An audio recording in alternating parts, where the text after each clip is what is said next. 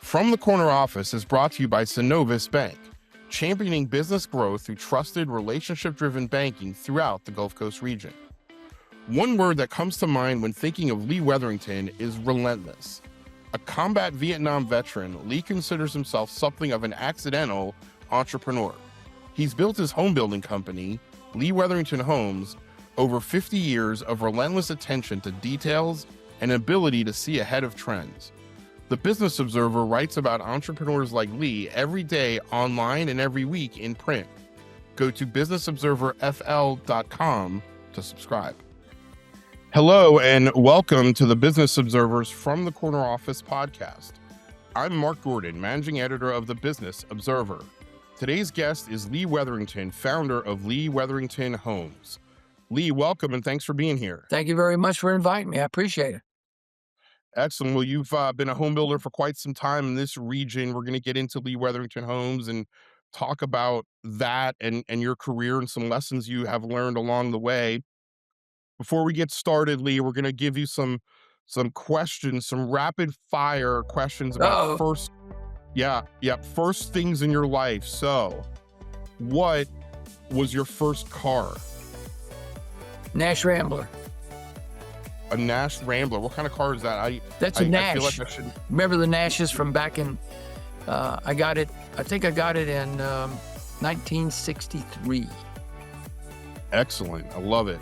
What was your first job and where? And what'd you do? Well, my very first job was I was working at a filling station when I was about 11 or 12 years old. I was, sweeping out cars and doing windshields and pumping gas. Then, my first, what I call real job was when I went in the military. I was a Marine, 65 to 69. I was in Vietnam, 66, 67. Coming out of there, made E5 sergeant, so I was a platoon sergeant. And then coming out of there, I went into construction business as a laborer sweeping out apartments.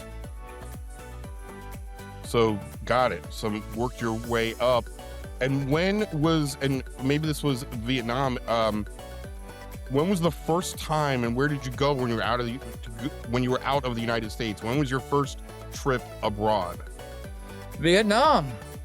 Yeah. I was there in, How old? I was there in 66, 67, so that was my first actual trip out of the United States, yes. How old were you when you were in Vietnam? 19 and 20. 19 and 20. Wow, amazing. We're going to get back to your military experience in a second, talk about lessons you learned, but tell us about Lee Wetherington Homes, where you guys sort of are right now in the marketplace and where you guys build homes. Well, we do off-site. We're also in Lakewood Ranch, and we're also in Welland Park. As you know, I started Lakewood Ranch. I was the third builder chosen in 1993, and they had one of the first models in Summerfield Woods. Opened it in 94. So when I first came to Lakewood Ranch and was asked to build, their office was out on Lorraine Road, and there was no roads in yet. So Roger Postlethwaite at the time, who was the guy that ran the ranch, took me down to Lakewood Ranch Boulevard, and they were cutting it in. There was no roads. It was actually bulldozing in. And he took me back to an area called Summerfield Woods and said, "We want you here. We'd like to have you as a builder." I was building in Sarasota, I was building in Palmer Ranch, and they wanted a Sarasota builder. So I looked at it. I said, "This is way out in the middle of nowhere. I don't know how I'm going to do." But I took a flyer on it, built 2 models, and the rest is history. I've been here ever since. Yeah, you certainly had to have vision to see that because as you said, it was nothing but trees and brush. That was it. And back then they were just basically a farming area. They had cattle, and they had landfills, so they were digging dirt and selling it. So that's basically their whole entire operation when they decided to go. And at the time, I believe the person who was in charge was Mary Fran Carroll. I believe that was the first person, but the first person in charge of development was Roger Postlethwaite. Right. Right. And going back to your company, even before Lakewood Ranch, I remember we talked years ago, Lee, and you sort of consider yourself an accidental entrepreneur. How did you tell us about how you started Lee Wetherington Homes? I believe it was 1981. Tell us about that story. Well, what happened was, I was in Jacksonville at the time in 1972, 73, 74, and had a drywall paint business, and, was able to take over, builder owed me some money, I became a partner, started building in 74, sold my drywall and paint company in 76, moved to Sarasota, started Rich Lee Construction, and we built for 4 or 5 years, and then the 80, 81 recession hit, and, my partner took over the company, so I then started Lee Wetherington Homes in '81 when the interest rates were 18%. So that was 18%. 18%. So it was a challenge. It was a challenge. Yeah. So from there, we started as a small builder. We started a place called Cedar Hammock, and then we moved over to, Sherwood Forest. And then from there, we went to, Woodland Park, and then over to, the lakes. And the lakes, we went to Deer Creek, which is in Palmer Ranch, and I got my start in Palmer Ranch, and I was in Palmer Ranch at Deer Creek, moved into Turtle Rock a little bit later on. So I've basically been, just and that's in Turtle Rock is when I made the move down to, Lakewood Ranch. Yeah, so you're growing in all these Sarasota areas, and obviously you mentioned Lakewood Ranch, and that was another expansion for the company. But we also talked, you and I, once before. 2008 happens, and the recession and the housing recession, and you had to restructure the company. What did you sort of learn? What was that process like? And what did you learn as a leader from restructuring your business in 2009, 10? Well, I think the most important thing, I really saw it coming. I was on, SunTrust board at the time, and we were cranking along in 2005 pretty good, and then, November 2005 is when the market dropped significantly, and I was doing about 400 homes at the time, so I had a backlog to take me through, 2006, but it was pretty bad. I could see it coming because I went from, you know, 3 or 400 to about 35. So I saw it coming pretty much, so, I realized that there was gonna be an issue. I had I had plenty of money, but the banks came to me, and they were very smart, and they said, "Listen, you have this land, uh, we're gonna reappraise it, and we're gonna appraise it for half of what we appraised it for, and we need for you to come up with 50% of that if you wanna go forward." Then I added that up, and I said, "Well, that's gonna wipe me out over a period of time." So I went ahead and had a good I was very fortunate because one of my best friends knew Harley Rydell up in Tampa who restructured, Steinbrenner's, shipbuilding company and got him out. So I hired him, always hire a good lawyer, and he restructured everything for me. So when 2009, we did the assignment for the benefit of creditors, it was a statute 714, and that started everything rocking right then. And that is through the whole situation, where I was able not to bankrupt, but I was able to give the land back to the banks and restructure the company. And then we started back over again in 2011. So we spent a couple of years kind of in limbo a little bit, but we're still building a few homes. We're still in Lakewood Ranch and have built a few homes. And then I restructured the company and actually sold part of it to my employees because I was going to retire in 2012. So I did a semi-retirement in 2012, but I restructured the company. We used the Bank of Lee to Right. finance everything. It's a great bank. The Bank of Lee is The an Bank of excellent Lee, institution. and they paid me interest, Yeah, and the management team that I put in place, slowly built the company back up, and, that's pretty much the history of how we went yeah. through 2008, 9, and 10, but, uh, at 2012, I decided to take some time off, so I went out to California where my friend was and, uh, bought a nice 62-foot Ocean Alexander in San Diego, I and was gonna then, say you were in San Diego, I recall that. I was, went to a 80 and then met my wife in California, so, that's basically what happened. I had to come back to my company about 4 years ago because there were some issues. I resolved those issues, and I hired David Houlihan, and, it's been gangbusters ever since. So there was a shift in management, about 4 years ago, 4.5 years ago, where I had to come back. I had to unfortunately, had to get rid of my CEO at the time and restructure again my company and then get it back rolling again. And then, once it was up and rolling again, I kinda kicked back, and I'm still involved. I still come in almost every day, but I don't come in early anymore. I come in around 9, get off around 3. Basically what I'm doing now, which is fun, is I'm a builder again. I'm a home builder. So, I get to go out to my homes in construction and talk to clients and basically have the good life and not all the Yeah. mundane stuff. Do do the fun stuff. Well, it sounds like, and going back to that point you mentioned about '05, '06, and paying it, paying attention to what the banks were saying, it sounds like that's one of the lessons, is to be astute to what's happening Oh, around you, not just being in the business, but working on the business around you. well, see, the thing you have to understand is the housing industry led the economy at the time. I don't think people realize that. I've always realized it because when the interest rates go high and housing go down, there's a give and take back then. So I realized that after we weren't selling any more homes, that something was gonna obviously happen later on. And I prepared for it. I really wanted to guide my company through that. I wasn't gonna bankrupt. But I wasn't gonna give the banks all my money either because, that's what happened to a lot of builders, that they hung on too long. I I tell people what happened to me is I got scared about 2007 and 8. I got scared, and, I got scared enough where I really wanted to make sure I could get through that. Yeah, So, yeah. it happens. You see, I can listen to look, Lee, take us even further back. So you're 19, 20 years old, you're a US Marine, and you're in Vietnam. What were some lessons that you learned that stand out about leadership and leading others that you used in your career? Well, first of all, as a Sergeant 85 and in charge of 60 men, I believe the thing that I learned was that you have to be patient. You have to listen to what they say. You have to give clear and concise commands.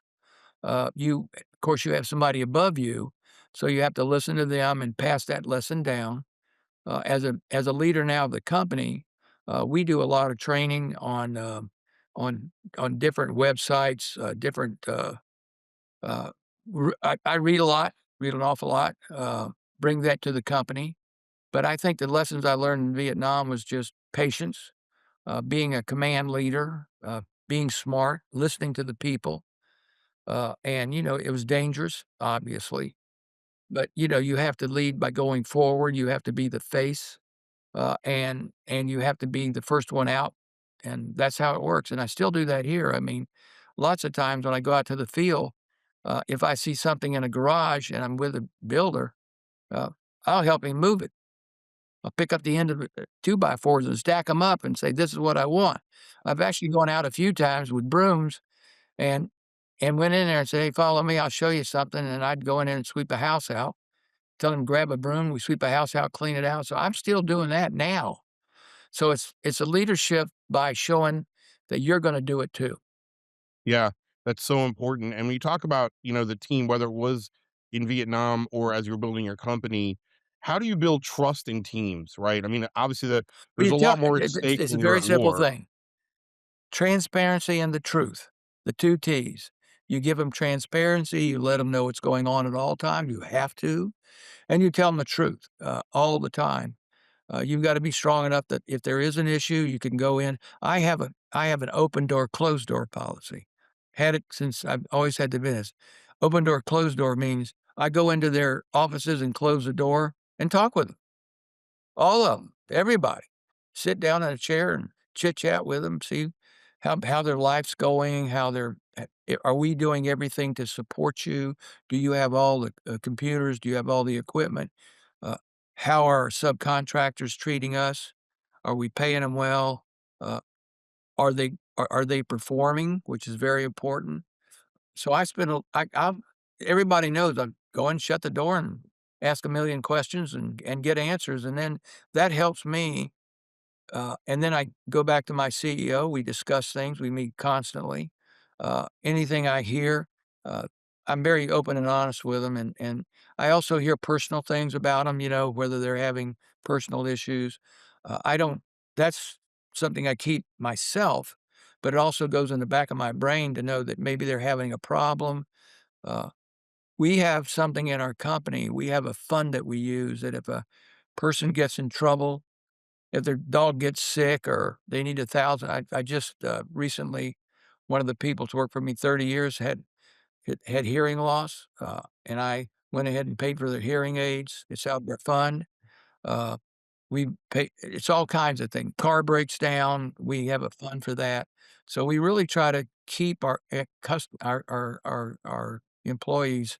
We have very now what I have in the company, which is interesting, is I've got what I call my B backs. And my B backs are all the people who were working for me when we were cranking. And as we moved along a little bit, I started getting them back, hiring them back, saying, "Hey, we're cranking back up, jobs open." They'd always tell me the same thing. "I'm happy with my job and I'm getting paid more money."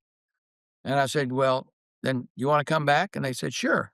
So they'll always come back. And I've Yeah, the got B-backs. David's a B back, Seal's a B Sure. back, Jack's a B. I can go on and on about my B backs. Yeah, And Amanda's a B back. So I've got a whole crew here of Tracy's a B back. So I've got a yeah, whole bunch of B backs.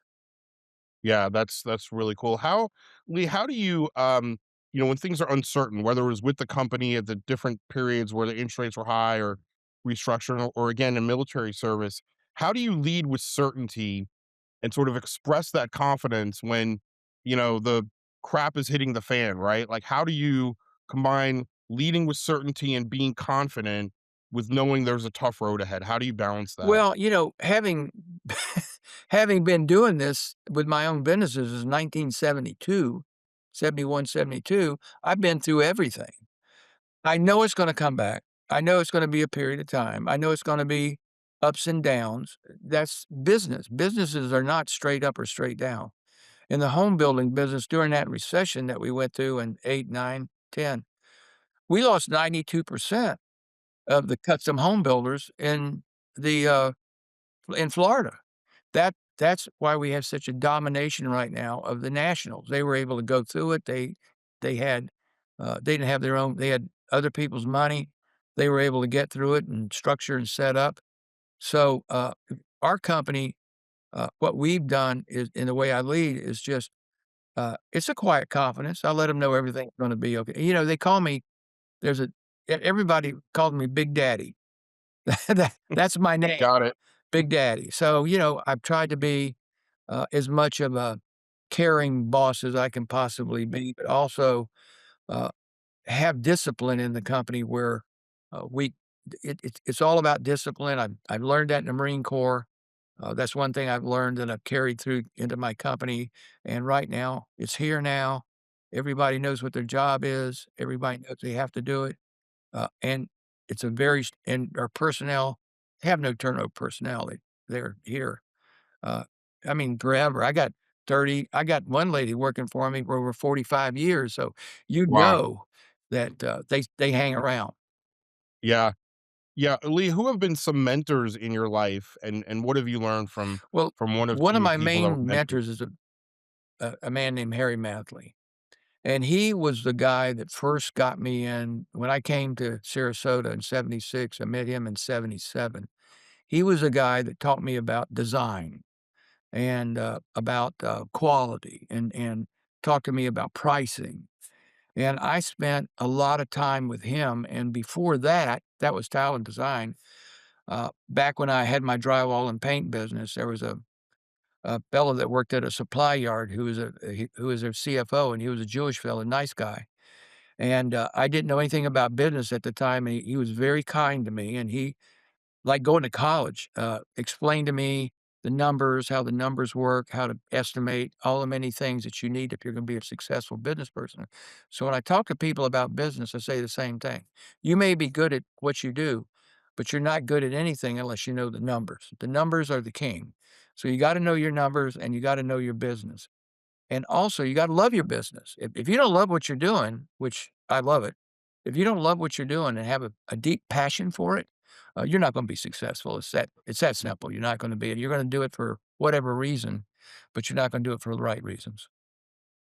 Yeah, I was one of the questions I was gonna ask you, you just touched on it. What advice do you give? I'm sure you've had people come up to you in your career and say, "Hey, Lee, I wanna start a drywall company. I wanna start a construction company, a concrete company. I want to start a home building business. What advice do you give to Always the young same advice, know aspiring the numbers. entrepreneurs? Always the Yeah, same thing. The numbers are the most important thing. If you don't know your numbers, if you don't know what you have to buy, what your labor costs are gonna be, what your overhead's gonna be, what your markup's gonna be, uh, you're not gonna succeed. And if you're gonna be in business, you're only in business for really to make money. I mean, that's what you're in for, and everybody working for you is there to make you money. That's how it all works. It's not a 501(c)(3), so you have to so I concentrate on people. Also, the second thing is treat your people good. Uh, Listen to them, but if you don't treat your people well, know your numbers, and know what you're doing, uh, the cheapest price you can pay is for the best. So you have to make sure that they're quality oriented, know what quality is, uh, know what the numbers look like, and hopefully they have a love for what they're doing. yeah. One last question on in general, Lee. You've been very philanthropic in your career. The Boys and Girls Club of Sarasota is one that stands out, but I know you've supported other charities and nonprofits. What is sort of your mindset on all the time and treasure you've given back? What's your mindset and philosophy on that? Well, it all started actually, it's a God thing for me. I mean, it all started in 1977 when I did my first, real, what I call, give back, which was time on Meals on Wheels. And, went around, for a year and delivered meals to people, about a year and a half. Got busy at the time, and then, I went back to it pretty much again about maybe 10 years later, I started again, and that was when I started getting on boards, and, started really, spending a lot of time. Now I was making good money, but I was supporting, Children's Haven Adult Center. Then the Boys and Girls Club was bankrupt in '91. I got on that board. Uh, Valley so the whole board thing and giving back has always been for me, a God thing. I get a calling. I'm a Christian. I get a calling. Uh, I can feel it. It's a feeling for me, where I can do, we don't even have the time, on this broadcast for the many things, but it was a God thing for me, and, it's been that way ever since. It's a Boys and Girls Club. Right now, I'm working with a veterans group called, Operation Project, Warrior Resolution, Project Warrior Resolution, and, Kendra and Simpkins. yeah, working with her right Kendra's now. amazing. Yeah, she's great. Just got on their board to help them through the building process they're going through with their new buildings, helping her there. Of course, I'm still on the Boys and Girls Club board. I've been there since 1991. And I've always felt it's kind of strange how it works, actually. It seems the more I give, the more I get. The more I give out to the community, it seems, you know, the more business comes my way, money comes my way, and then I can give some more. Now, my foundation that I have is probably given over $4 million right now and climbing rapidly.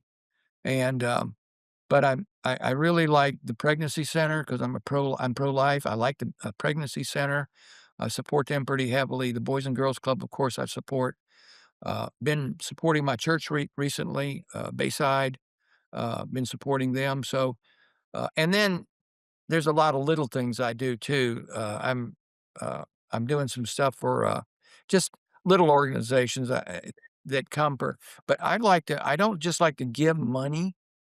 I don't like that, I mean, I wanna see what the organization is about. I go in and talk to them, wanna know their numbers, uh, you know, before I start giving money, and my foundation is part of the community foundation. At the community foundation, I was there. I was a board chair. It's $540 million, but I was a board chair there, and I was on the executive committee for 7 years. So they are I'm a supporting organization with my foundation there, so they actually check out anybody that comes to me for money or asks for money or whatever. Uh, we'll check them out, make sure they're good, and then I'll visit them, make sure it's good. If I'm doing heavy donations to them, I have my board involved. We go do a tour, make sure everything is copacetic. And, but basically what's happened with my charities is, I've been very fortunate because, it's given me a lot back. My whole company, is very philanthropic now. We give a lot of money out through the company and also through the charity. So we've always felt that that was a good thing for the community. It's helped me in a lot of ways. It's helped my reputation. Uh, and we're not, and there's a lot of stuff we do that's very outward reach, and there's stuff that we Yeah. low. But it's just something that we can do. And luckily for me, I can do it. You know, Yeah. it's a good thing. We as final question is we're, getting into the gear here on 2026. What's one thing you're particularly looking forward to with the business or your life in general this year? Well, I think this year, I'm back with the company. I love being back. The company's doing very well. We're already booked through the end of 2026. So we're booked there. I see this as another good year for the company. For me personally, uh, I'll be turning 79 years old this year. So I just look at a day-to-day situation. I've got a ranch east of town that I developed. I've been there about 4 years now. It's called the CNL Ranch, and it's Be Lovely Farms. And if I'm not here, my wife runs that, and we have help out there. But if I'm not here, I'm there, and there's always something to do there. I mean, it's like a constant going, going, going. But I feel really strong. I feel, energetic. I'm gonna go down to, Welland Park today to look at some property, so I'm always out there involved. Uh, I'm not a billionaire like our friend Pat Neal, but, uh, hey, this is good stuff for me. I mean, if even if I was a billionaire, I'd probably live in the same way I am now. There'd be no difference. I've already had my fun. I had 10 good years where I had my yachts and boats and many things I did in California. It was a great time. But I really enjoy where I am now in life. I mean, I'm really set. I'm set financially. I've got a great wife. Got a bunch of animals out there. I've got 4 dogs and cattle and sheeps and turkeys and chickens, and it's a good life, and I Yeah. feel very I love fortunate it. because I have my health. Yeah. That's the Plenty to main thing. keep you busy. Excellent. Lee Wetherington, founder of Lee Wetherington Homes. Thank you so much for joining us on the From the Absolutely. Corner Office podcast. Okay, thank you. Thank you for listening to the Business Observer From the Corner Office podcast. I'm your host, Mark Gordon. This podcast was produced by Reed Corley of the Corley Company in Sarasota. To hear more episodes of From the Corner Office podcast, go to businessobserverfl.com.